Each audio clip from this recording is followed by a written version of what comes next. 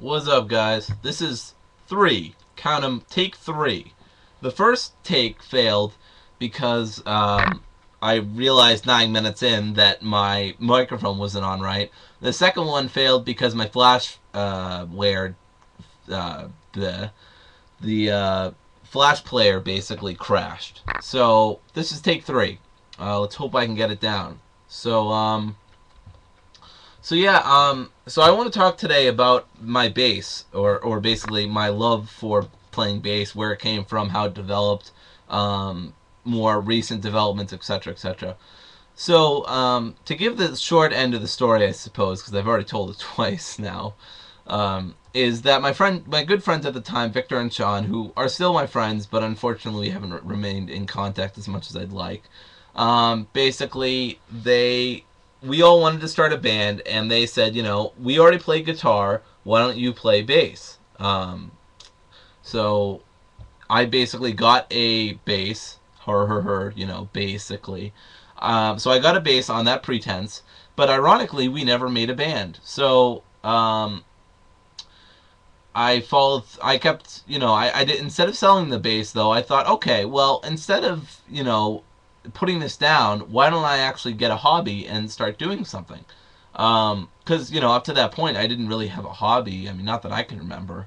I was still really developing who I was. And I mean, of course, I still am. But, so I wasn't even an anarchist at this point, I don't think. Yeah, I don't even think I was a libertarian. But I don't remember when I started bass. I know it was October 1st, and I think it was either 3 or 4 years ago. I think it was sophomore year, but I could be wrong. It could be junior. Even if it was junior, then it's been 3 years. So that might make more sense, maybe. But anyway, I don't want to get too sidetracked, but just know that I've been playing bass for about 3 to 4 years. Or a little over 4 years at most, but probably a little over 3. So anyway, so the band never happened, and anytime I ever did jam with Victor or Shawn, it wasn't in a band context, and they went their own ways in music anyway. They're much more into death metal and really heavy stuff, like heavy stuff I can't get into. I think the heaviest stuff I listen to is like Pantera, early System of a Down, early Slipknot. Well, early Korn is more dark than heavy. It's pretty heavy too, but it's more dark than heavy. But yeah, so I can't really get into that. Even some of Pantera's really heavy stuff on Southern Trendkill I can't get into. So it shows you how much of a pansy I guess I am. But it was I guess what I'm saying is it was for the best anyway, because we ended up going down different musical routes of what we really liked. So anyway, so yeah, I started taking lessons, and Bomb Track by Rage Against the Machine was the first song I ever learned. And it just went from there. It became a passion, and I just kept developing it. I used to practice religiously when when I had bass lessons. I would practice like every other day for at least 45 minutes to an hour. And this is when I only knew like a few songs. So, practicing the actual songs would only take me up to, 30 minutes or whatever. So I'd actually play them twice, and then I just practice my bass playing skills in general, finger exercises and stuff. So yeah, I mean, it really paid off. I really got good at it, and I still am good at it. I wouldn't say I would say I'm like a little bit above average, maybe. I don't know, it depends. I mean, relative to what, right? I mean, relative to a beginner, sure, I'm pretty good. Relative to, I don't know. I see, the problem is I don't know a lot of music theory, and I've been corresponding with my I can't really say old music teacher, but my first and so far my only bass teacher. I've been recently corresponding with him on email, and we've been talking about music theory. I actually need to resend him an email or something like that, because he hasn't responded to it, and see if he has any thoughts. But yeah, as for, I mean, I've never had big experiences with playing bass. This is the problem. You're a bass player. You're not really seen as an individual musician. You're seen as a part of a collective. It's the same thing with drumming. You're not really seen as a drummer. You're seen as a drummer, as a part of a band. Same thing with bassist. But I think that's always stupid. I think I think people should look at the bass and the drums as their own instrument, something that can be done in their own right and should be done in their own right. Unfortunately, society has all these, little norms about how, it's only singing and guitar playing that are something in their own right, and then, bass and drums are just kind of showing off or something.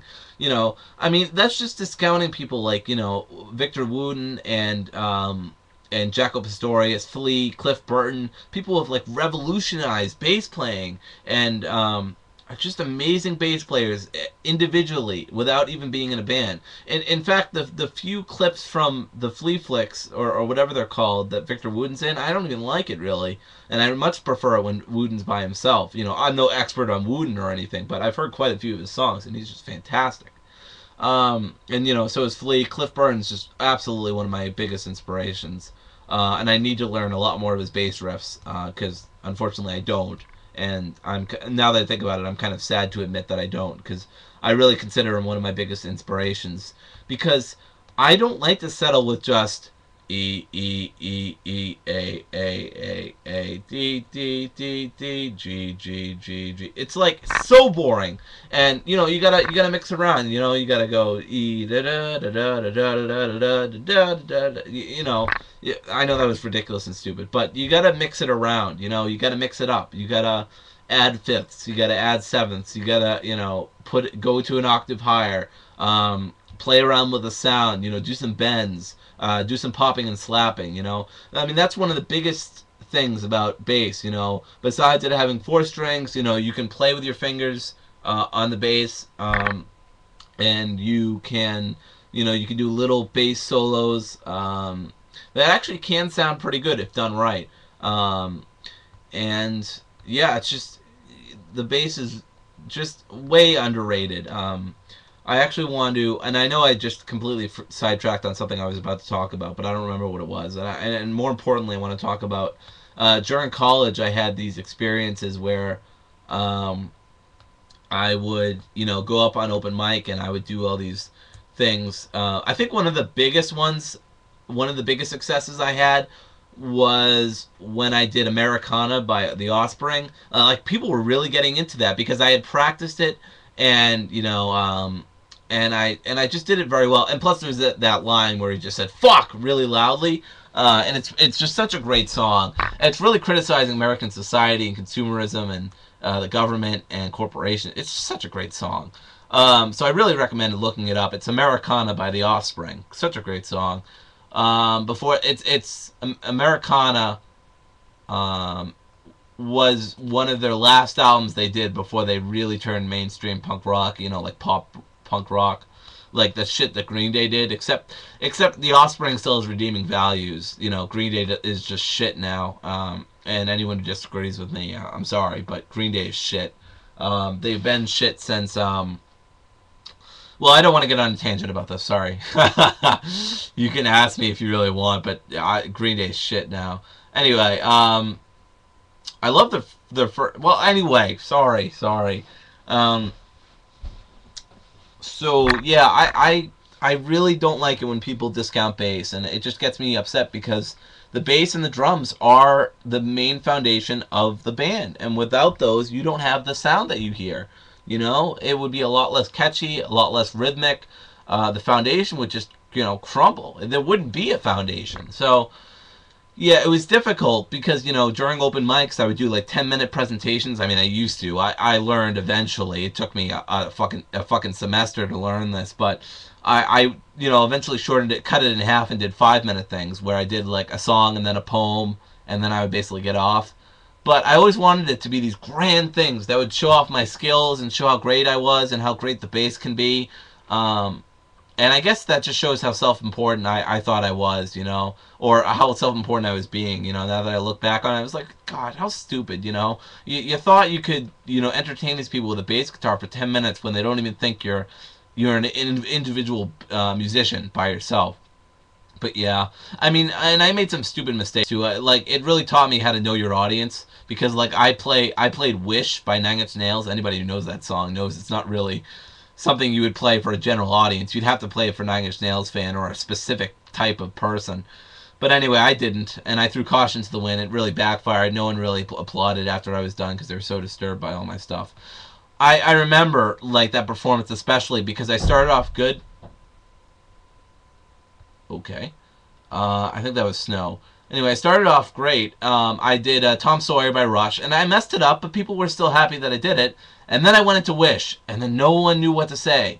And then I said, okay, well, I'm going to go into this poem. And, actually, halfway through, I stopped playing Wish because I just couldn't do the lyrics and do it, which made it even worse. Sometimes my last performance at Colby Sawyer College, which is the college I went to, I tried to play Devil in Jersey City, which is my favorite song by Coheed, and I couldn't remember the lyrics, and I did it the last second, and my philosophy teacher just said, go out and do it. And then I ended, and then no one really applauded. It was really bad. Ugh. So every time, I had really mixed feelings after I do open mic. But on the positive side here, music and bass in general has really increased my ability to be able to perform in front of people, to be able to showcase to my abilities, to really grow personal confidence in myself. And I think that's one of the greatest things bass has done for me. So you won't see any bass videos probably until I get to my grandmother's because I don't know, I'm just sick of the Johnson that I have. It's got really like weird, messed up like strings, the G string in specific, and it's just so boomy, and there's just so many problems with it. I don't want to deal with it right now, and I think my ATK might work better, but we'll see. So that's about it. If you have any more questions about me with bass and stuff like that, I don't mind answering them. But yeah, that's about it. Thanks a lot for watching if you did, and I'll see you guys tomorrow. See ya.